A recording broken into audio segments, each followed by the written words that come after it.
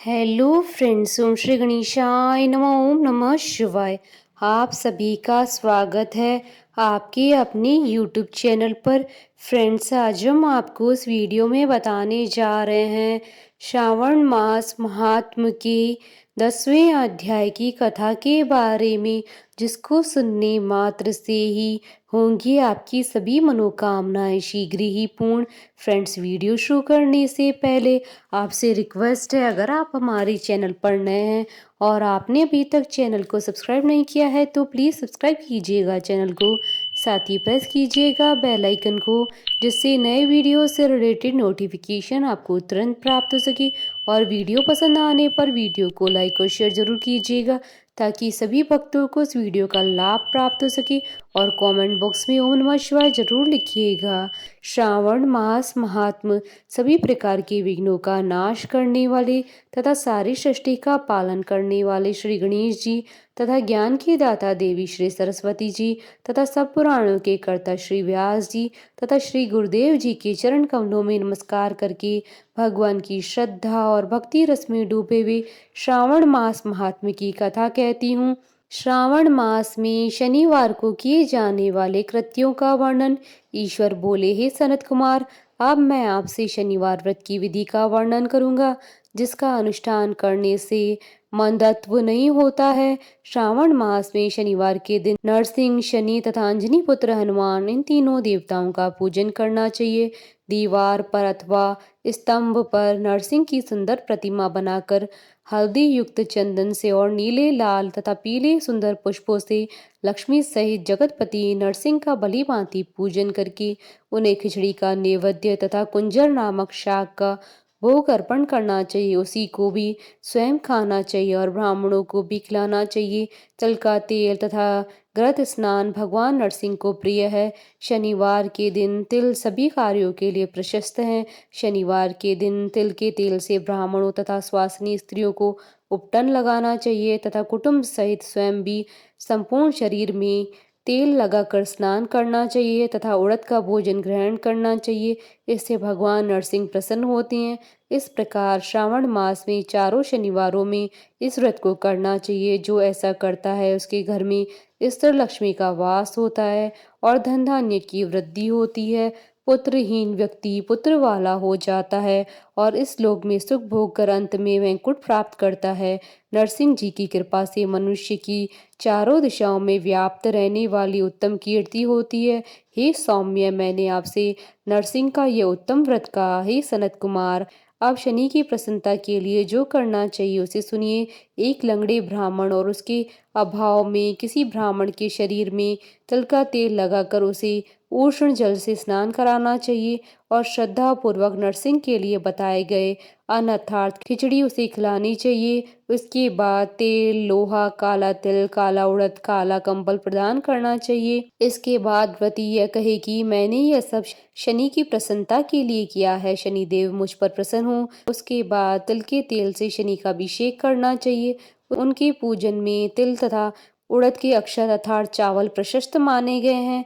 हे मुने, अब मैं शनि का ध्यान बताऊंगा, आप ध्यान पूर्वक सुनिए। शनिश्चर कृष्ण वर्ण वाले हैं, मंद गति वाले हैं, कश्यप गोत्र वाले हैं, सौराष्ट्र देश में पैदा हुए हैं, सूर्य पुत्र हैं, वर देने वाले हैं, दंड के समान आकार वाले मंडल में स्थित है, इंद्र नील मणि तुल्य कांति वाले हैं, हाथों में धनुष बाण त्रिशूल धारण किए हुए हैं, गिद्ध पर आरूढ़ हैं, यम इनके अधिदेवता हैं, ब्रह्मा इनके प्रत्यधिदेवता हैं।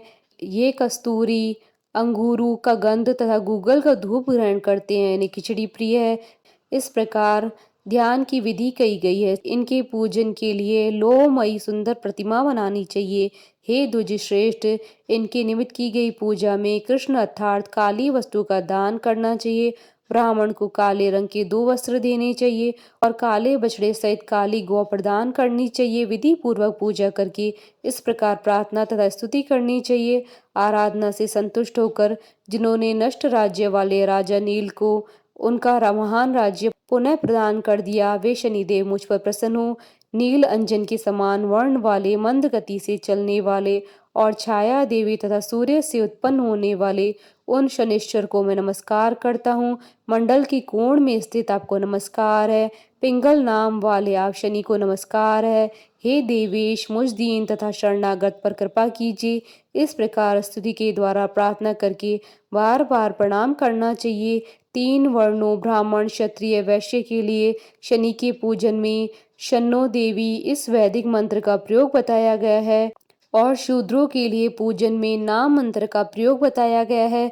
जो व्यक्ति दत्तचित होकर इस विधि से शनि देव का पूजन करेगा, उसे स्वप्न में भी शनि का भय नहीं होगा। हे विप्र, जो मनुष्य श्रावण मास में प्रत्येक शनिवार के दिन भक्ति पूर्वक इस विधि से व्रत को करेंगे, उन्हें शनिश्चर के द्वारा लेश मात्र भी कष्ट नहीं होगा। जन्म राशि से पहले, दूसरे, चौथे, 5वें, 7वें, 8वें, 9वें अथवा 12वें स्थान पर स्थित शनि सदा कष्ट पहुंचाता है। शनि की शांति के लिए क्षमाग्नि इस मंत्र का जप कराना चाहिए। उनकी प्रसन्नता के लिए इंद्रनील मणि का दान करना चाहिए। हे सनत कुमार, इसके बाद अब मैं हनुमान जी की प्रसन्नता के लिए विधि का वर्णन करूंगा। हनुमान जी की प्रसन्नता के लिए श्रावण मास में शनिवार को रुद्र मंत्र के द्वारा तेल से उनका अभिषेक करना चाहिए। तेल में मिश्रित सिंदूर का लेप उन्हें समर्पित करना चाहिए। जपा कुसुम की मालाओं से, आग धतुर की मालाओं से, मंदार पुष्प की मालाओं से, बटक बड़ का पेड़ के नैवेद्य से तथा अन्य उपचारों से भी यथाविधि अपने सामर्थ्य अनुसार श्रद्धा भक्ति से युक्त होकर अंजनी पुत्र हनुमान जी की पूजा करनी चाहिए। इसके बाद बुद्धिमान को चाहिए कि हनुमान जी की प्रसन्नता के लिए उनके 12 नामों का जप करे। हनुमान, अंजनी सुत, वायुपुत्र, महाबल, रामेष्ट, फाल्गुन सखा, पिंगाक्ष, अमित विक्रम, उदधिक्रमण, सीता शोक विनाशक, लक्ष्मण प्राण प्रदाता और दशग्रीव दर्पा, ये 12 नाम हैं।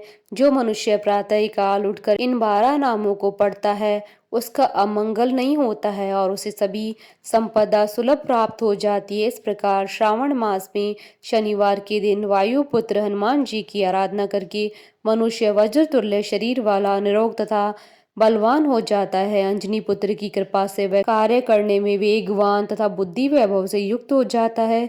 उसके सारे शत्रु नष्ट हो जाते हैं, मित्रों की वृद्धि होती है, वह वीर्यशाली तथा कीर्तिमान हो जाता है। यदि साधक हनुमान जी के मंदिर में हनुमत कवच का पाठ करे तो वह अणिमा आदि 8 सिद्धियों का स्वामित्व प्राप्त कर लेता है और यक्ष, राक्षस तथा वेताल उसे देखते ही कंपित तथा भयभीत होकर वेग पूर्वक 10 दिशाओं में भाग जाते हैं। हे सतम, शनिवार के दिन पीपल के वृक्ष का आलिंगन तथा पूजन करना चाहिए। शनिवार को छोड़कर अन्य किसी भी दिन पीपल के वृक्ष का स्पर्श करना नहीं चाहिए। शनिवार के दिन उसका आलिंगन सभी संपदाओं को प्रदान करने वाला होता है। इसके प्रत्येक मास में 7 वारों में पीपल का पूजन फलदायक है, किंतु श्रावण मास में यह पूजन अधिक फलप्रद है। इस प्रकार श्री स्कंद पुराण के अंतर्गत ईश्वर सनत कुमार संवाद में श्रावण मास महात्म्य में शनिश्चर, नरसिंह, हनुमत पूजन आदि शनिश्चर कृत्य कथन नामक 10वां अध्याय पूर्ण हुआ। बोलिए भगवान शंकर माता पार्वती जी की जय। हमारे साथ इस वीडियो में अंत तक बने रहने के लिए आपका धन्यवाद। ओम श्री गणेशाय नमः। ओम नमः शिवाय।